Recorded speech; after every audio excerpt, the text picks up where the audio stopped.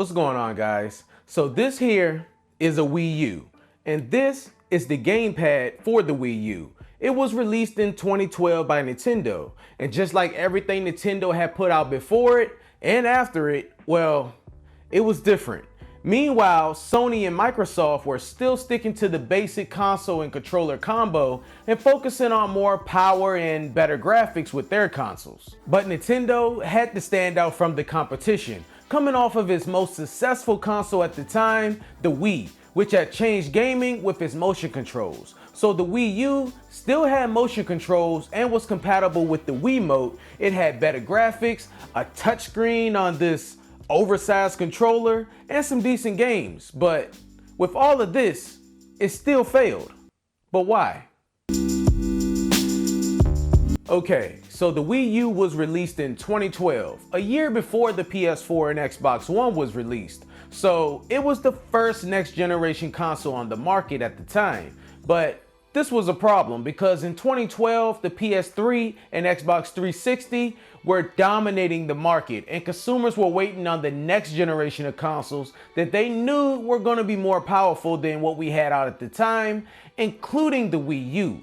So everyone knew the PS4 and Xbox One was going to be more powerful with better features, so we thought, why waste money on a Wii U that was advertised as a lower power gimmick, claiming that the gamepad controller will offer a unique way to play, which it kinda did, but at the same time, it didn't. When next year people were thinking we could spend that money on a true next generation console, the Wii U simply didn't have the graphical and processing power as its competitors, and this limited its appeal to both casual and hardcore gamers. The timing of the Wii U's release between two console generations left it caught in a gap that made it less appealing to consumers. Now, don't get me wrong, the Wii U has some unique features, but Nintendo marketing team did a poor job explaining and showcasing those features to the audience. I mean, even the name, Wii U, it was confusing, and most people just thought of it as being an upgraded version of the original Wii. Nintendo really failed to get the message across that this was a completely new console with enhanced capabilities. The highlight of this console should have been the gamepad, but the company did not showcase the gamepad's controller and its potential for a unique gameplay experience. Believe it or not, but many consumers were unaware of the gamepad's touchscreen, motion controls, and multiplayer capabilities. So really, there was just no interest for the new console, from the casual fan base of the original Wii to the hardcore Nintendo fanboys, and that's a big problem. So what about the hardware inside of this system? Well, this was part of its failure as well, because the Wii U just couldn't keep up with other consoles at the time. The Wii U featured an outdated CPU and limited graphical capabilities, which hindered developers' ability to create visually stunning and immersive gaming experiences. The console struggled to keep up with demands of modern gaming, which further alienated developers and consumers. The Wii U's hardware design created confusion among consumers. The inclusion of a tablet-like gamepad led many to believe that the console was a portable device, further complicating the marketing message. The limited battery life of the gamepad and its dependency on the console for operation also hampered the overall user experience, making it less convenient and appealing to players. Now, I know, guys, this all seems like a mess. But it was. Something else that a successful console needs is third-party support. And the problem here was many major game publishers were hesitant to develop games for the Wii U due to its underpowered hardware and small user base. That resulted in a limited game library with fewer high-quality titles compared to its competitors. Not having popular franchises on the platform further weakened its appeal to the customers, as they could not access their favorite games on the Wii U. The complicated architecture of the Wii U made it challenging for developers to optimize their games for the console.